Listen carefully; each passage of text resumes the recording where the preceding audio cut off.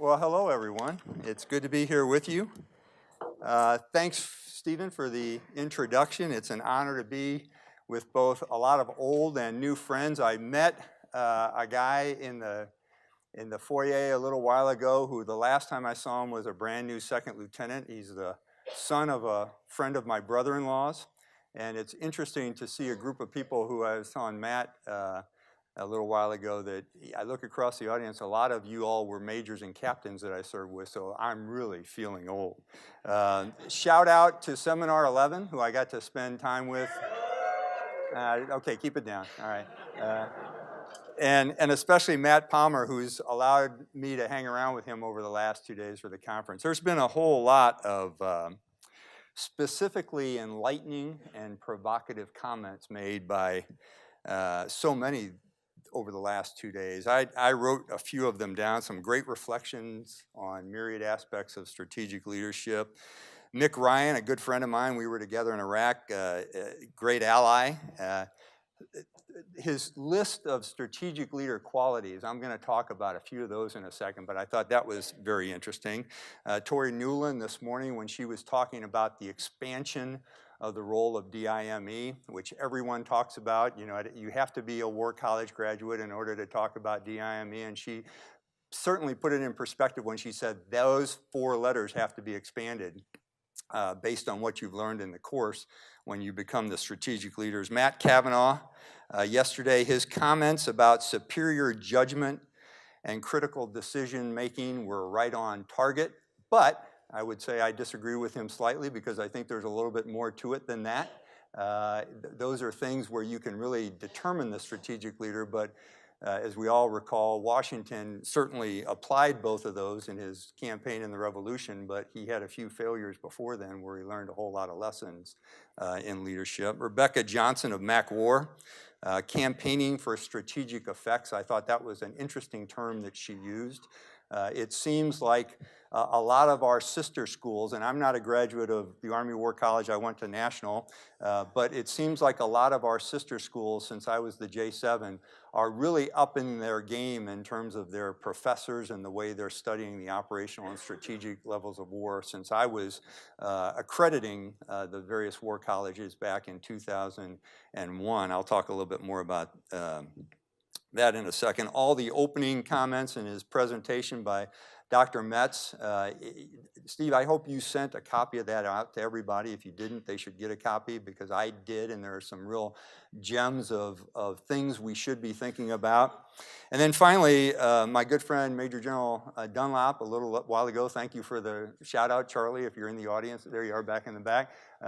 Thank you for that very kind shout out, but especially thank you for the story about salad dressing. You know, one of the other things about strategic leadership is you do have to learn to eat and drink for your country on multiple occasions. And his salad dressing story reminded me of one time I was in Georgia. I understand we have a Georgian student in the audience. All right, there we go. Hello, sir. I was in Georgia at a Supra, and we were in a reception. This was after about a 2-week, I was a 1-star general at the time, had just come back from Iraq doing the training center at Grafenwehr. And we took over the train and equip mission from the Marines, and we were out near the training site near Tbilisi. After 2 weeks there, we had a big Supra, which is a big feast afterwards. And in the opening reception, they had beer, some great Georgian beer. So I took a beer, but made the huge mistake, the huge cultural, as they say in France, Volkspass, to take that beer into the dining room with me, and when it was time for the toast, I'm more of a beer drinker than a wine drinker. All the Georgians stood up to toast with their Serapino. Is that how you say it? Okay, close enough, the type of wine. And I raised my beer glass, and about 4 Georgian officers jumped on me and said, no, sir, you can't toast with beer. That's a cultural, just terrible thing to do. You have to toast with wine.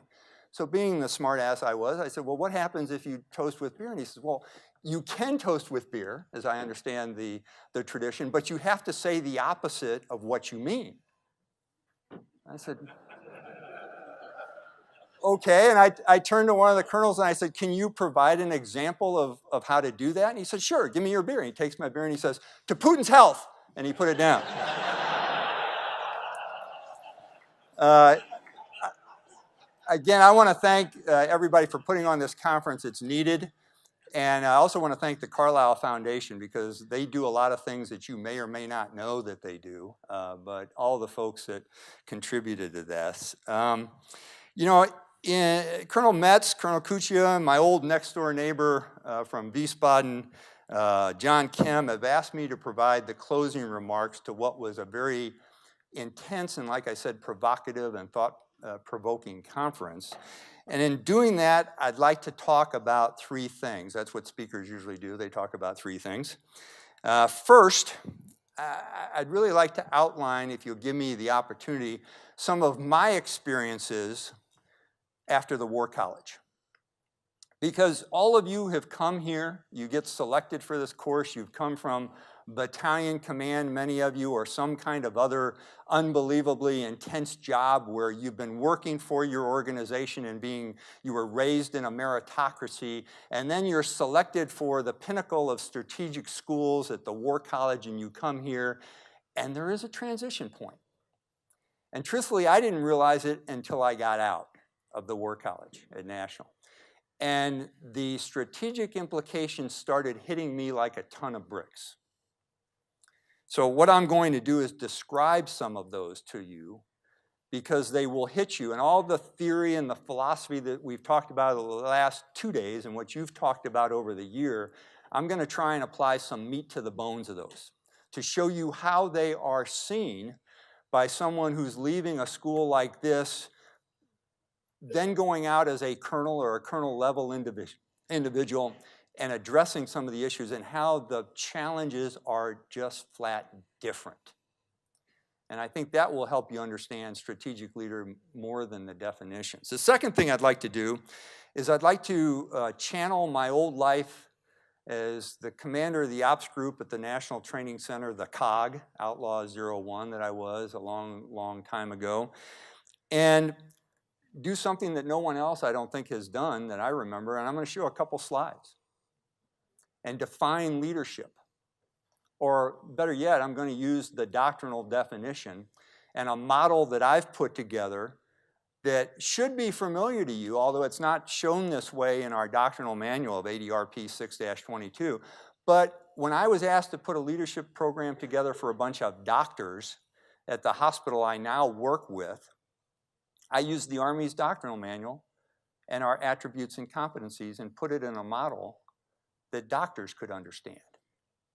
Now, it's the same that you know about, but maybe it's just showing it to you different. Then the third thing, what I'll do is try and provide some thoughts on how to use that model that is in our doctrinal manual to fill in the blanks on strategic leader attributes and competencies that I have found. These aren't theory or philosophy. These are things that I've experienced or in talking with others at strategic levels have seen happen that perhaps aren't addressed as well as they should be in our doctrinal manuals, but maybe you can start taking the list that is geared specifically to what you're going to be asked to do. Okay, so first, my personal experience. I graduated from the National War College in 1998. I retired a few years ago as the commanding general of U.S. Army Europe in 2013. Now, for those of you who are math challenged, I took a little time beforehand and wrote down, that's 15 years. The reason I'm saying that is because the title of this conference is 2030 Strategic Leadership.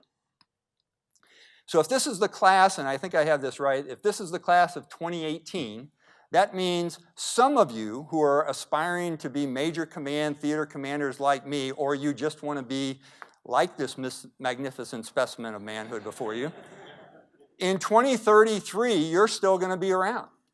Because that's how long I transpired between my graduation and when I retired, 15 years. Now, that sort of puts this conference title in a little bit different perspective, doesn't it? Strategic Leadership in 2030. It becomes a little bit more ominous when you think about you will be, I'm not saying you may be, you will be a part of this. And you know, it's interesting because as I recalled my experience, we also had a conference like this at the National War College in 1998. It was called Joint Vision 2010.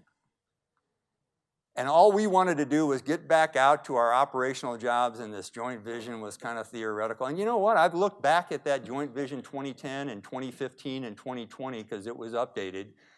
And most of the things that were said in those pamphlets and documents that were published by the Joint Staff came true. Although there were some things that didn't allow them to come true, like a couple of wars that we weren't anticipating in 1998. So you might ask, did I go through this ominous strategic change between 1998 and 2013? I'm going to give you an example by reviewing some of the hallmarks of my career. Now, I'm not doing that to impress you. I'm just saying these are the things that happened, and they will actually point to some of the things you've discussed. Okay, so from the War College, I went straight to Brigade Command. And you say, well, that's a tactical organization. Yes. And I was a year and a half into my command. It was the 3rd Brigade of the 2nd Infantry Division at Fort Lewis, Washington, a tank-heavy brigade separate from its sister or its parent unit in Korea. I had about 9,000 soldiers, 2 tank battalions, an infantry battalion, an engineer battalion, an FSB, an artillery battalion, and an air defense company battery. And I was living the dream. Fort Lewis, Washington. We were going back and forth to Korea on a couple of exercises, and that's all good. That's what tactical commanders do. And then, with 18 months in and 6 months to go, I had an NTC rotation. So I went to the NTC as a brigade commander, and on the 2nd day, the COG, who happened to be my classmate, a guy named Ben Frakley, came up with a cell phone. And he said, Mark, you need to take this call. Now, knowing as I did that cell phones weren't allowed in the box, I thought it was another trick of those bastards OCs. I said, Ben, I'm not taking it. I'm not violating the rules. He goes, you need to take it. It's from the Chief of Staff of the Army. Now, I thought to myself, that's pretty cool. The Chief of Staff calls everybody in the box and wishes them luck before their first assignment? No. So I got on the line, and it was General Shinseki, and he said to me, Mark, how's the rotation going? I said, sir, so far it's going great. Thanks for asking. Why are you calling? And he said, well, the reason I'm calling, this was October, he said, the reason I'm calling is the AUSA conference starts tomorrow. And I'm making an announcement, and it has to do with your brigade. And you know nothing about it. So just hang on, do your rotation. When you're done in 10 days, we'll have another conversation. Well, the announcement he was making was the unveiling of the striker concept. So in my last 6 months of brigade command, which I thought was going to be real easy, and I was going to coast to the end, all hell broke loose. All kinds of 4-star generals wanted to interfere. Congressmen were coming out to see us. I got my first iteration of the press and the media wanting to find out what this brigade was all about. And I was thrust from being a tactical commander into a strategic environment. And I can't relate to you all the things that occurred, but it was different. I realized for the first time that it wasn't about me and my guys, my unit. It was literally, and I hate this term, but it was literally about the enterprise of the U.S. Army. Okay. So after command, when I gave up command 6 months later, after the last 6 months of some really tough work, I was asked to be the commander of the ops group at the NTC, Outlaw 01. Went to the desert, not knowing what that job would entail, but I went there thinking I had been a pretty good commander, brigade commander, and I realized after about a month there in my first rotation that I was probably the worst battalion commander in the world. Brigade commander in the world. Because I saw what right looked like that I had not done as a brigade commander. And after 18 rotations as the COG, I realized the second issue of strategic leadership is you better start being humble, and you better not start thinking that you're better than anybody else, because you're not. There are a lot of great people out there. Okay, so while at the NTC, I was selected for Brigadier General. Now, I had the great honor of, you mentioned the Goldwater-Nichols Act earlier when we were talking to Ambassador Newland. I have the great honor of having been the last joint slacker. And what that meant back then in the day was you were selected for brigadier general, but you had never been to a joint assignment. So I had to get to one quick or I would not be promoted. So in August of 2001, they said, we got a job for you. It's a sleepy little job on the joint staff. It'll get you your JSO and we'll be getting you back to the field. The job in August of 2001 was Chief of War Plans, the Vice J7 of the joint staff. Okay, yeah, you're laughing. I arrived and within a month, some planes hit some buildings. Killed one of our J7 people. I was the Vice J7. My boss, who was a 3-star, a guy named Pete Osmond, Marine, was pulled out to go to Turkey. And I was left as a promotable colonel as the J7 on the joint staff with a bunch of 3-stars that made up the J1, the J2, the J3, the J4, the J5, J6, and me. 1-star, not yet. And we were at war. While I was in that job, I not only saw the start of the war against Afghanistan and the start of the war against Iraq and the planning that went involved in that, but I saw a whole lot of interagency churn and coordination. Now, many of you, it was interesting some of the questions going on this morning, because many of you don't realize it at the time, but in our war plans, and I hope I'm not giving up anything secret. If I am, I'm past the statute of limitations, so it's okay. There's something called Annex Victor in every single war plan. You all know that. That's the interagency annex. That's when the interagency in a war plan document says, here's what we will do as the State Department, USAID, FBI, CIA, DEA, whoever you happen to be from the agency, you have an annex in every war plan called Annex Victor. We went to an actual war game at National where we had all the military and all the interagency there, and I yanked out Annex Victor for a certain war plan that we were getting ready to execute. And a guy named Link Bloomfield, who was a State Department official, said, where'd you get that? And I said, well, sir, your agency, your State Department provided us. He said, we didn't do that. I said, well, where'd it come from? And my major pulled on my sleeve and said, sir, we had to write that because no one from the State Department wanted to do it. So it was the military approach to what they thought the State Department action should be. So what Ambassador Newland said before about making friends, yes. You not only have to make friends, but you have to build consensus. And it can't be in your little cone. You have to get outside your comfort zone and really interact with other people. And by the way, that was my first lesson on interagency coordination. The next time I saw that occurring was when I was in Iraq, and Ambassador Crocker was there, who was magnificent. He is the role model for everyone in the Foreign Service, in my humble opinion. And he took a great deal of pride in mentoring senior military officers, strategic leaders. All ambassadors to do that. So that was my second understanding of the interagency process. My next one was later on when I went back to USAWC and eventually became the G3. Whenever I would go to a foreign country, and by the way, there are 49 countries in the European theater of operation that fell in my footprint, and 3 countries in the Levant at the time, Lebanon, Syria, and Israel, that I was responsible for as the commander of U.S. Army Europe. Every time I traveled to those, and I traveled to every single one of them, my first stop when I landed was the embassy to talk with the country team. That's strategic leadership because it's outside the realm of U.S. Army Europe, but you have to understand what the interagency is doing before you apply your actions to the next group of people you're talking to.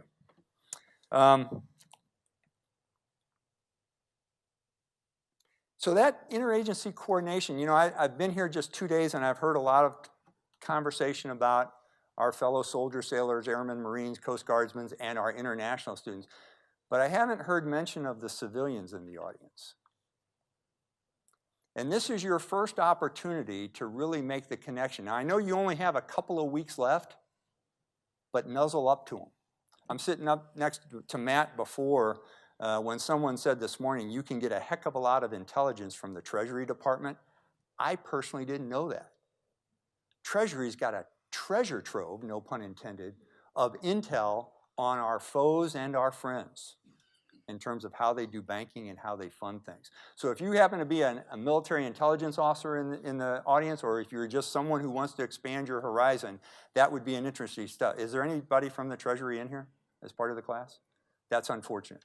But get with your other civilians, like the Army civilians, the Air Force civilians, CIA, DIA, I don't know who you have in terms of your various folks, but nuzzle up to them in your last 2 weeks and say, let's exchange contacts so when we leave here. By the way, 2 of my classmates in my seminar at the National War College were both from the State Department. We had a wider swath. Both of them went to embassies that were bombed the next year.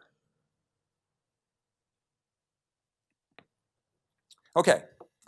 After 2 years on the joint staff and doing all those things I just talked about, I'm still in my career. You're still with me? Are you bored yet? Okay. 2 years in my job, I then went back to the field and became the assistant division commander for the 1st Armored Division in Baghdad. My boss also happened to be my best friend, Marty Dempsey.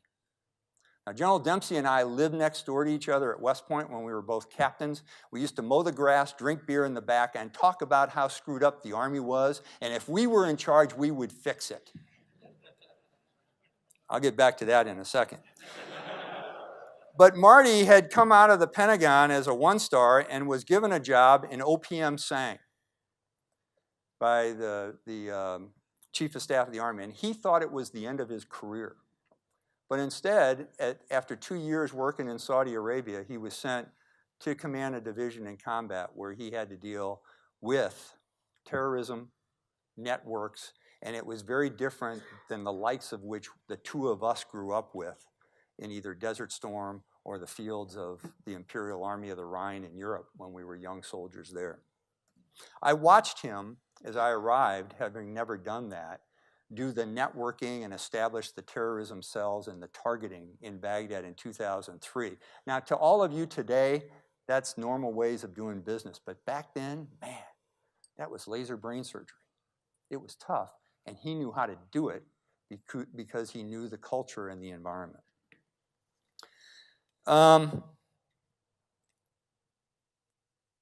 After the tour in Iraq, I returned to Germany and took over at Grafenwehr, at the time, the 7th Army Training Command, which has been renamed to the 7th Army Training Command now. But my boss, General B.B. Bell, who was like a well-hit golf ball inside of a telephone booth, because he would bounce all around and give orders and we would execute things, he told me, go down there because of the changing nature of the European footprint. What we want to do is bring our allies and coalition partners into what we were doing in combat, both in Afghanistan and Iraq. So he set the conditions for overcoming political caveats for force by different countries. And the first country that signed up that I came to become very fond of were the Poles. The Polish government and the Polish Chad said to themselves, we've got an opportunity to join the United States, to train with them, to learn their way of doing business, and all we got to do is help them fight a war. Sign us up. So they started coming to Grafenwehr. General Bell then said to me, we need to change our approach. We need to have an expeditionary training center. We don't need to have everybody come here. We need to go out to them in Hungary and Romania and Bulgaria and Croatia. So we started doing that. He said, rename the place. One of my staff colonels came up to me and said, sir, let's call it the Expeditionary Training Center. The ETC? The etc.? We're calling the training center the etc.? There is value in messaging. And not only is there value in messaging, there sometimes is money in messaging. Having my experience in the joint world and in the J7, I said, the reason JRTC at Fort Polk gets more money than the NTC is because they have joint in their name. So let's call this place the Joint Multinational Training Center. We'll get all kinds of money from DOD, and we did. We got $21 million that year just because of the name change. That's strategic leadership and understanding what motivates other people. I'm not making this up, folks, okay? Budgeteers. Are there budgeteers in the audience? Is that true or not? If you put joint in your name, do you get more money? Of course you do. The War College knows that. All of you need to understand that. All right. After a year at Grafenwehr, General Bell called me, the guy that's the well-hit golf ball in a telephone booth, and he said, I want you to be my G3. So I went to the command headquarters in Kaiserslautern, in Heidelberg, and when I got there, he said, I've just been given a task by the Secretary of All Defense, Mr. Rungfeld, who said, we have 90,000 soldiers in Europe, we don't need that many, bring it down to 24,000. Where 24,000 came from, I don't know, but that was the number the SecDef gave them. So we literally redesigned the transformed force of Europe in about a couple of months, me helping him. It was his concept. We just did white papers and really took a look at what would be the best for the Army, what would be the best for the unit, what would be the thing that the Secretary of Defense would accept, and what was he out to do. And this plan, this transformation plan, went from about 2004 until 2009. We had to expand it to 2011. And then 13 because of the war and deploying forces back and forth into different theaters. I remember saying to myself in 2005 after we put the plan on, I said, you know, it was really easy to do this plan, but who's ever commanding Europe in 2011 is really gonna suck. Hold that thought, okay? There were some other things that happened, but the most interesting thing, General Bell was replaced by General McKiernan. He came into my office one day and he said, Mark, I've got good news and bad news for you. He said, the good news is you've been selected to command a division. That's a big deal because there's only 10 of them in our Army. And he said, the bad news is it's the 1st Armored Division. I said, sir, what's so bad about that? He goes, you're going to combat in 3 months as part of the surge. This was in 2007. I said, okay, I got it. That's the mission. Thank you, sir. Going to combat. He says, and there's more bad news. He says, you're taking your headquarters and nobody else with you. He says, all of the 1st Armored Division units are staying here in Germany because they've got plans on the patch chart. Remember that? They're going back and forth. You're just taking your 800-person headquarters. You're getting 30,000 soldiers from other locations throughout the United States. You're going to prove the concept of the 1st plug-and-play division. Now, we did that normally after that, but the first time you do it, it's kind of hard. Because I didn't know those cats. And I was a tanker. And most of the brigades I was getting were from light divisions. And it's a different culture. So I got a brigade from the 82nd, a brigade from the 101st, a brigade from the 10th Mountain, and they didn't know me from Adam. I was that tanker guy with the funny boots. Now, personalities matter, context is important, and how you build teams at the strategic level takes on a whole new different aspect. As I went into northern Iraq and NMD North, I also had 5 Iraqi divisions and 60,000 Iraqi policemen. I had a border with Syria, Turkey, and Iran, and everybody was going to Baghdad, which was not in my area because that's where the surge was focused. So I had the secondary theater of operations with 3 boundaries over 1,500 miles and with a force that I didn't know.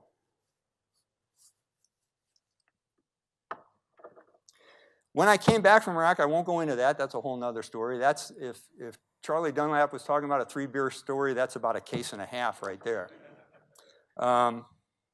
When I came back, I did another job in initial military training. I won't talk much about that because all I got was mission orders from my new boss, the TRADOC commander, who happened to be General Dempsey.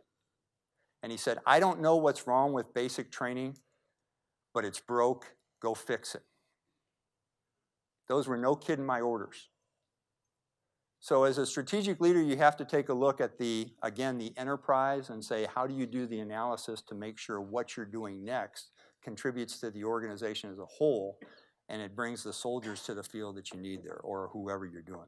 After that job, I got a call from General Casey, and he said, Mark, I'm thinking about since we've transformed Europe and there's only going to be about 40,000 soldiers there, we're going to downgrade the command position from a 4-star to a 3-star. Do you want it? What would you say? So I said yes. What I didn't know at the time was the demands of fighting above your weight class in a strategic environment, because all of my other US commanders in Europe were still 4-stars. General Welsh, who I love to death, the former Air Force Chief of Staff, was USAWC commander. General Harris, who's about to become an ambassador, I think, was the NAV commander. I had an admiral for my boss. I had 4 4-stars who were using my theater, and because I was the main agency for all the support, like post offices and driver's licensing and all that other crap in Europe, I had to support 4 different 4-stars, and I had those 49 countries with 49 ambassadors over me. In a strategic environment, you have to determine your time constraints. You have to figure out who your helpers are, and you've got to give them messages and communicate in a different way than just push to talk. Okay, again, I don't tell you all those things to say, boy, woe is me. What I will tell you is the year after I graduated from the War College and we had talked about strategic leadership, I was thrown into it. And from 1998 until 2013, I didn't have a whole time to reflect because the missions were coming fast and furious. But the things that we learned in your seat in the big blue bedroom at National War College are the things you will apply. I'm not trying to scare you because they will come at you a bite at a time, most of the time. And as my wife once told me when she was citing the great poet laureate Will Smith, you don't have to build a perfect wall, you just have to lay one perfect brick at a time. These are what strategic leaders are sometimes asked to do, and oftentimes you don't even know you're being asked to do it. So, all these things require different kinds of vision, different kind of analysis, unique team building approaches, an upgrade in your character,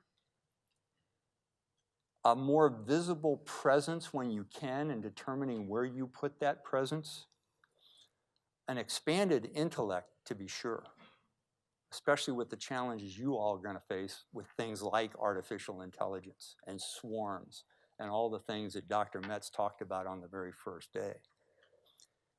It's also going to require a more refined and mature approach to building trust, developing teams, and achieving results. Now, I use those 6 terms purposely because that's what our doctrine says we do. It's what you've been trained to do at the lower level. You just need to start filling in the blanks a little bit and making it less geared to all about you and more geared to the enterprise versus your organization. Can you bring in the first slide, please? You know, if you haven't noticed, I'm now expanding into my second phase of this talk, which is my days as the cog, relying on doctrine. Well, that was a great plan, Colonel. What does doctrine say about this? Well, let's talk about a way to address this. You've seen this before, right? That's the definition in our doctrine. Would you say it's pretty good? Oh man, don't take a picture on a Mac Air on this. Come on, you should have this. This should be ingrained. Don't be taking pictures. You can have the slides later on. Don't be taking pictures of this. Come on, this is doctrine. Oh, you're from Sweden. Okay, yeah. Knock yourself out then. Go ahead. Sorry, I didn't mean to embarrass you. Did I embarrass you? No, you're all right. Okay, good. The Swedes would say, as I've once heard it said by a lot of Europeans, and I'm sure you've heard 1,000 times here, a serious problem is in planning against American doctrine is the Americans do not read their manuals, nor do they feel any obligation to follow their doctrine. That was from a German general in World War II when they were trying to defeat us at Remagen. They were asked, what's the doctrine for a river crossing? It doesn't matter because the Americans don't read their doctrines. So that's what our training center has tried to impart on a generation of soldiers. So that's the doctrine.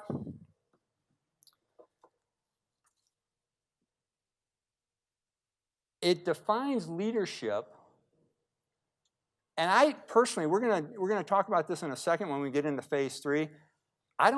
That's not sufficient for strategic level. And I hate to be throwing stones at our doctrine, but it doesn't do it from, I mean, this doesn't scratch my itch at all. I mean, it was great as a battalion commander, don't get me wrong, and it's good as a doctrinal manual for training young sergeants, but it doesn't hit what you all are looking for. So let's talk a little bit more about what comes after the definition. What comes after the definition are these two things. It talks about the attributes, who a leader is, and the competencies, what a leader does. And we use these 3 words. You've all heard these, right? Be, know, do. You ask any private on the street coming out of basic training, they will tell you be, know, do is our military doctrine, our leadership doctrine. But we got to fill in the blanks a little bit because you wrap the attributes around the be and the know, and the competencies around the do. Now let's go a little further. The attributes, what kind of person are you, and how do other people see you? And the closer you can get those 2 things together, who you are and how you're seen, the better off you are. Again, we're still in our doctrine. So this is for the young guys. This is for the lieutenants and the lieutenant colonels and the sergeants. The know piece is really focused on that as you go through the doctrinal descriptions. And then the do piece really focuses on these 3 things. Trust being the cornerstone of leadership. So how do you establish trust in your organization? How do you build teams? And how do you achieve results? Now, I took that and developed this based on some other words that are in there for the doctors at Florida Hospital. When you take a look at and all these things are described in our manual. This isn't new. None of this is Hertling's thinking. This is what it describes. It comes under character. Who you are, your personal background, how you've grown up, what kind of conversations you've had around the dinner table, what church you went to, what schools you went to, how it affected the way you are, the person you are today. Your style, you know, introvert, extrovert, you all have taken the personality inventories that tell you how you lead or how you interact with other people. Your values. Would it surprise you? I think if we went through all the servicemen and women in the audience, they would tell you what their service values are. The Army folks would do the leadership thing, loyalty, duty, respect, selfless service, honor, integrity, personal courage. Courage, candor, and commitment, I think, is the Navy. Is that right? Honor, courage, commitment. So you know what your values are. You know what you believe in. They help you make decisions. With the doctors I talk to, I say, so first I ask them, what are the hospital's values? None of them know what they are, which you find in most private sector organizations. They don't know what their values are. And then you say, okay, doc, neurosurgeon or cardiovascular surgeon, what are your personal values? And they look at me when I'm teaching this 5-hour seminar on values like the dog looking at a ceiling fan. Personal values. What are you talking about, personal values? If you don't have a really sound foundation on your personal and professional values, you can't make good decisions. You're just a windsock. So if you haven't determined what your personal values are, that might be a good exercise for you to do. Your culture. And then notice the last one in there, humility and service. That's a professional requirement. And by the way, if you haven't noticed, there's a lot of senior strategic leaders making fools of themselves in sex scandals, in drinking scandals, in morality plays, because I have a theory about this. They think too highly of themselves. They think they're separate from the rest of the organization and they don't have to play by the rules anymore. One of the things we haven't talked about over the last 2 days is humility in service. And how every time you think you're going a little bit too far, you better back up. Because you remember who you serve and what's on the side opposite your name tag. Your presence, Yeah, all those things are good for a sergeant or a lieutenant colonel. Your intellect, all 5 of those are talked about in our doctrinal manual. And then you get into the competencies.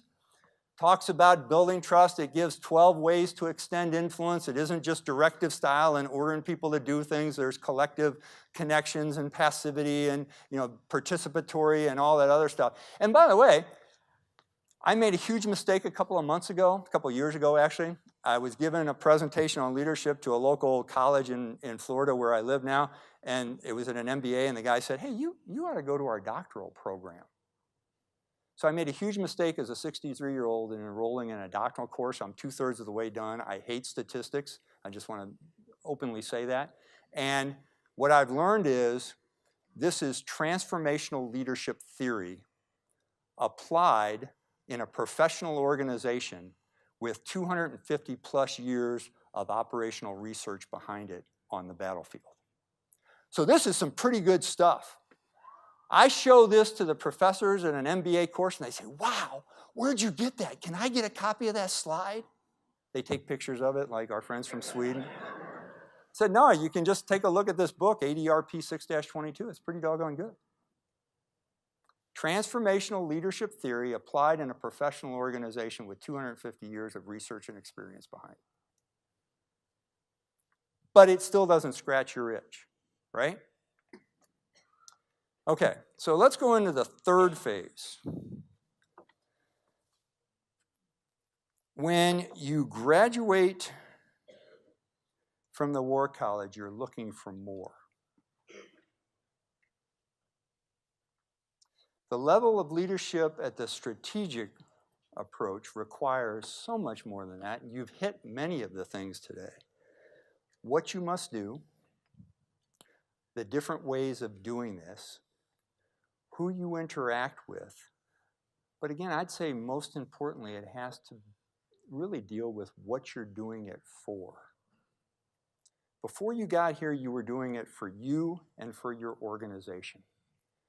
After you're leaving here, you're doing it for something much bigger. The problems are much tougher. The challenges are much harder. The other thing that this was shared with me from a mentor, not at the War College, you are passing, and I'm going to bless you all today and say you've now passed from a meritocracy to an advocacy. Your future promotions will depend on what kind of a teammate you are.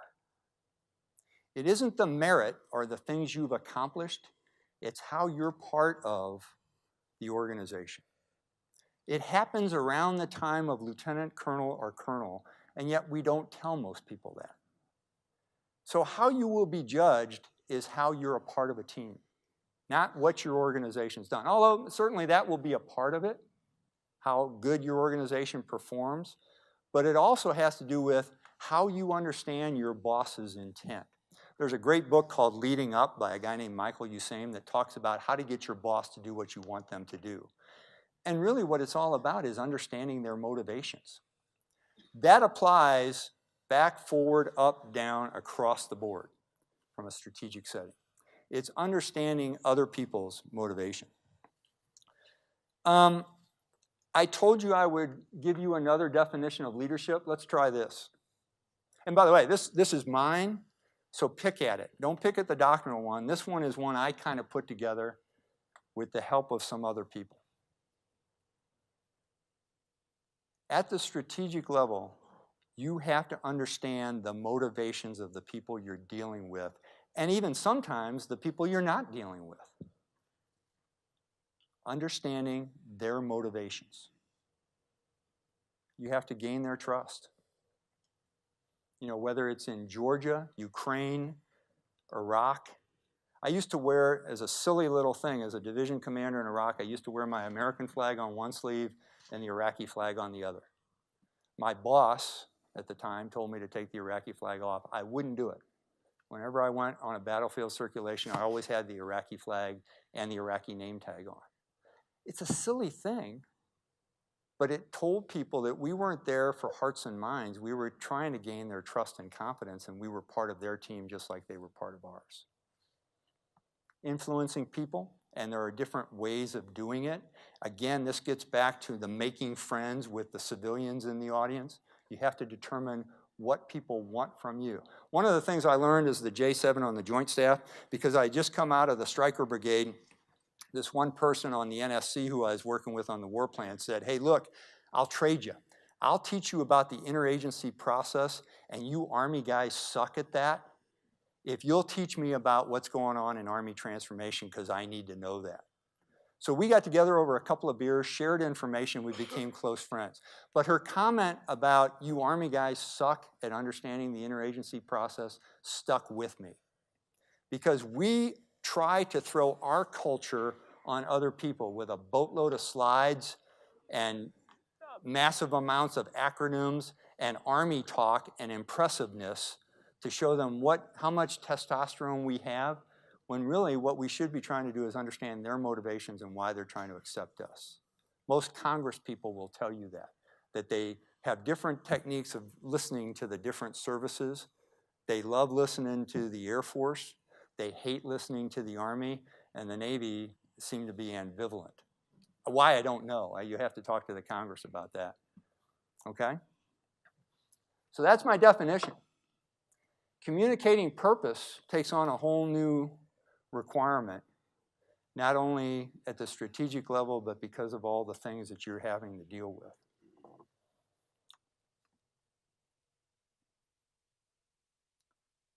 This is my attempt to fill in the blank with new things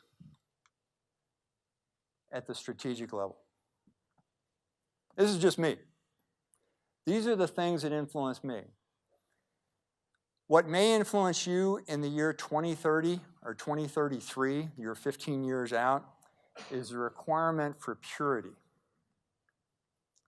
increased civility in this hyper-partisanship role, differences in understanding new technologies, culturally informed, extensive diversity. You know, Matt Kavanaugh said yesterday, gave the example about who would be the 4 stars in 2030, and he gave, you know, the women and the various culture names. Radical Inclusion, a book by my good friend General Dempsey, if you haven't read it, just came out last week, I'll hawk it for him right now, talks about how do you get people in 21st century leadership to be inclusive of others. And we don't do a very good job of that. That's going to be a requirement of military leaders and the armed forces in the 21st century. Notice civility comes up a couple of times. I put youthfulness in there as part of the bearing piece, because you have to appear energetic at all times. And a great mentor once told me that a leader never has the right to have a bad day. You don't. Because if you have a bad day, your entire organization is going to have a bad day, or they're going to be saying, what's wrong with the boss? And if you look scowly and nasty and ready to bite somebody's head off, people will stay away from you. And then it doesn't transfer to communication and trust. Take a look at the Army's website and the pictures of senior leaders. Those are some of the ugliest people I've ever seen. And I'm not saying ugly from personal experience. They all got the sergeant major scowl on. You ever had a sergeant major who said he wouldn't smile for an official picture because it's not professional? We've taken that on.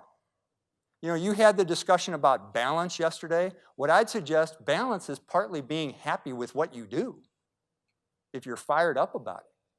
That's got to be part of a leader's persona, especially in the new environment where you're facing some things that you've never faced before. Notice over in the intellect, I put number 1, distinguish facts from the narrative. There are competing narratives out there, and people don't want a narrative from military people. They want the Aristotelian facts: logic, reason, passion. Those are the 3 legs of what Aristotle said you need in every single argument. Logic, reason, passion. Logos, pathos, ethos. That's what we should be training for, because there's a boatload of people out there just trying to pass a narrative that in many cases is just BS. you are depended as a strategic leader to get beyond that. The competencies are, because it's tougher to do those things, tougher to generate trust, harder to extend your influence, harder to lead up, out, and multiculturally. Different communication skills, I don't know what they are, I can't tell you. I wish I could give you the quad erit demonstratum, this is what is to be demonstrated.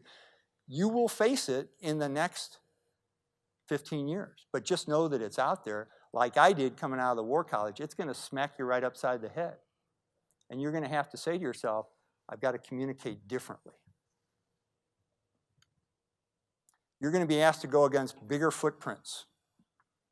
I thought my footprint was big in both Iraq and Europe. Yours is gonna be bigger because it's gonna be in different spaces. It's gonna be in the cyber realm and other places. So your footprint requires you to know a lot more things than mine ever did. I put developing key subordinates earlier. That's, you know, I told a story yesterday to Seminar 11 about General Shinseki was my chief when I became a one-star, and we have this thing, as many of you know, we have the Army Senior Leadership Forum where new one-stars go to it. It's actually called Charm School. We call it the Charm School. And General Shinseki came in and he congratulated all 30 of us for being promoted to general. He said, you guys and gals are really doing great. Thank you for all your service to the country. Thanks for what your spouses and families have done moving all over the world. Thanks for your dedication to our Army. Now, let me tell you something. He said, I could put all of you in an airplane tomorrow, fly you out over the Atlantic Ocean and crash it and you would all die. And tomorrow, like that, I'd have 30 replacements for you. I mean, that's a heck of a thing to be told after you just were congratulated for being a brigadier general. But his point was, we build our bench. And then he told us, I don't care what your job is, if you're the CG of 7th ATC, which I was at the time, or you're an assistant division commander, you're chief of logistics, or he says, your job one, as I'm concerned, is to develop your subordinates. I'm holding you accountable for that. Take time to develop in coaching, teaching, counseling, mentoring, and performance what you do with your subordinates. That's job one. I learned that lesson and kind of took it with me. But you're going to have to do it earlier because you're going to depend on more people than I depended on. I depended as a one-star on the colonels and the lieutenant colonels. You're going to have to go deeper like the Matt Kavanaughs that were here the other day, the smart guys. Suck them into your orbit and train them. And then finally, the passion and energy under duress and constant contrariness. General Dunlap mentioned that he thanked me for my service in CNN. When I became a CNN analyst, and there's a long story behind that, I didn't want to do it, but General Dempsey talked me into doing it. They asked me to get a Twitter account. So a couple of years ago, I got a Twitter account. It's vile. I mean, it really, and Steve knows because he's one of my followers, it's vile on there. I get 10, 12 death threats per day just for appearing on CNN and talking about military analysis if it's not supportive of one person's claim or another. You're going to face that from anonymous people who are inside and outside your organization. If you're doing the right thing, if you're steeped in values, if you know what you're doing, if you're centered as a strategic leader, just block them and delete them. It's fine. It'll be just fine. All right. Last thing I'm going to talk about, and then I'll close and we'll ask some questions. We've talked a lot about old dead Carl von Clausewitz. And he talks a lot about that changing nature and evolving character of warfare. What he doesn't talk about is something I heard the author Tom Wolfe describe to a group of cadets in 1987 at West Point when I was a captain there, and I was in my last year of teaching in the PE department. Wolfe warned that the military was entering in 1987 because of the all-volunteer force and some changes in the American society and the fact that most people would not serve in uniform. Wolfe warned us back then that the military was entering into and would have to confront something which he called the fourth phase of freedom's effects. He said everyone else in America, but not the military, would avail themselves of untold freedoms, incivility, material riches, untruths, coarse behavior, and a lack of civic and civil responsibilities, morals, and ethics.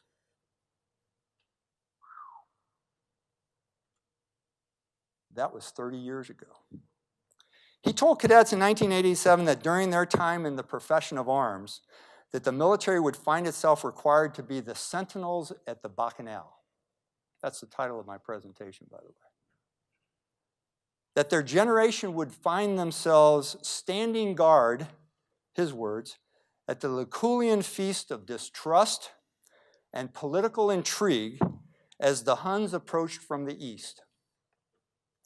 And that the military might eventually become armed monks at an orgy. He predicted that's where the military would find itself, and then suggested that we would either fail as a military or that we would become the model for others to bring themselves back to the center.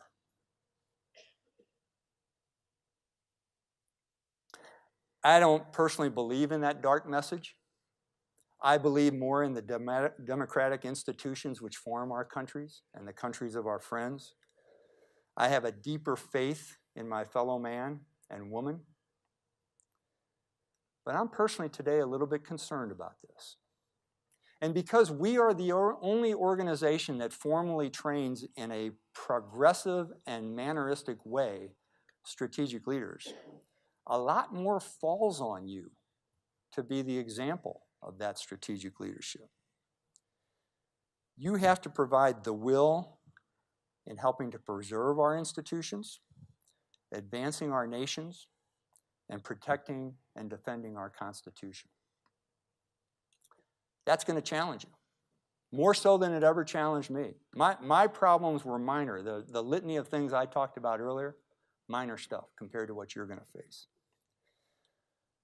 So all I can say is good luck. Be prepared for it.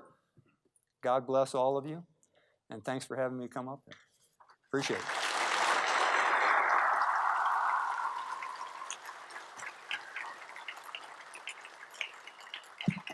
Sir, I think we have time for maybe a couple of questions. Yes, sir. Hello, General. My Hi. name is Paul Meckelson. I'm a Department of Defense civilian, and I don't nuzzle. Do you cuddle? I'm sorry, sir? Do you cuddle or spoon? See me afterwards. Okay. Get with me. All right, we'll talk. All right. Looking at your slides and listening to your talk, especially you're mentioning CNN, I've watched over the last 30 or so years a politicization of the core of retired flag officers of our nation's military, becoming more and more politically involved, endorsing candidates, 2016 even acting as a surrogate on the campaign trail. And I'd just like to ask your opinion, sir. What, in your opinion, will this do to the profession of the military? What effect would it have on the civil-military relationship, and of course that trust that the American public holds in a quote-unquote nonpartisan military over the next 12 to 15 years? Thank you, sir. Yeah, thank you. You're getting into the whole civil-military relationship piece, and I'm completely in agreement with you. Here's, if I can quickly tell the story of what happened, why I became a military analyst, is because I had a guy from CNN with me in Iraq, a guy named Michael Holmes, and when I retired, he called me up. And he said, you know, CNN asked me to ask you if you'd want to be a military analyst. And I said, oh, hell no. I said, I didn't like you guys when I was in active duty. I don't like you now either. And he said, okay, he laughed. And he said, well, if you ever change your mind, call me back. Well, I was going up to DC that weekend, had dinner with General Dempsey and his wife because our son was graduating from Johns Hopkins. And I said, hey, Marty, you'll never guess. I got called by CNN. They want me to, and he said, you're going to do it, right? I said, no. And he says, Mark, you got to do it. He says, I am so tired of hearing the SEAL Team 6 member or the strategic corporal you know, pick apart our strategic plans and talk about what the military does. He says, we need somebody to at least explain. So my wife gave me a dirty look. She didn't want me to do it at all, but I did it because my old friend and boss, my old boss, told me to do it. I've attempted to stay apolitical personally. I think that's what you have to do. I've been asked some questions that when I answered them, they seemed to be apolitical because I was speaking what I thought was the truth in terms of war plans or what you could or could not do in bombing countries and stuff like that. So those could be taken as political in nature. What I think you're talking about is the individual who radically does something with a political intent. I have no place for those people. And I agree completely with what General Dunlap said. We agree wholeheartedly. We don't agree on everything, but we agree on that. And I think it does denigrate the trust that America has in its people in uniform. It's a long answer, I'm sorry. One more to close us out. Lunch. Yeah, Yeah. exactly. Well, Okay. well, sir, we did in fact end with a bang. It was a fantastic Thank you. capstone to a nice event, and we greatly appreciate you sharing with us. Okay. Thank you all for having me. Appreciate it.